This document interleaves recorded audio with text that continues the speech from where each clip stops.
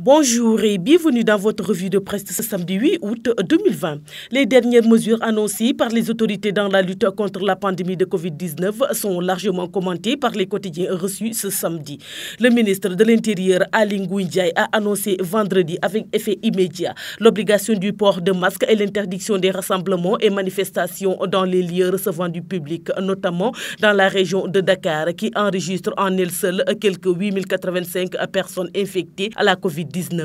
S'exprimant lors d'une conférence de presse, le ministre de l'Intérieur a déclaré que les récalcitrants à ces nouvelles mesures encourent des sanctions allant d'une amende pécuniaire à une peine d'emprisonnement ferme d'1 mois, tel que prévu par le Code des contraventions. Le Soleil, de sa part, signale que les contrevenants risquent l'amende et la prison en cas de non-respect des mesures barrières. Parmi les mesures annoncées par le ministre de l'Intérieur, le journal cite l'interdiction maintenue des rassemblements dans les plages, terrains de sport, espaces publics et salles de spectacle, les manifestations sur la voie publique, spécialement dans la région de Dakar, le port de masques obligatoire dans les services de l'administration, mais aussi dans le privé, les commerces et les transports. Libération, quant à lui, s'inquiète de l'explosion de la transmission communautaire avec 100 cas en 2 jours, tandis que le quotidien constate une hausse drastique des cas après la Tabaski et affiche en une coup de bélier du Covid-19.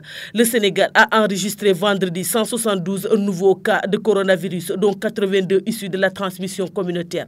À la date d'aujourd'hui, le Sénégal comptabilise 10 887 cas de Covid-19, dont 7 186 guéris, 225 décès et 3 475 patients sous traitement, selon le ministère de la Santé et de l'Action sociale. Au sujet des dernières annonces, Walfadjri s'exclame « le masque ou le bâton ». Selon le journal, le ministre de l'Intérieur, Aly Ngouille Ndiaye, a sorti la cravache pour faire respecter les gestes barrières.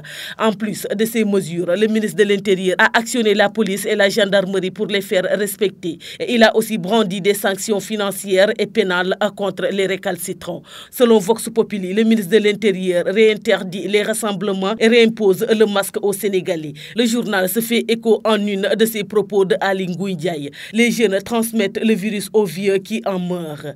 Alors que le Sénégal est dans une situation explosive, l'État sévit contre le relâchement, souligne Source A.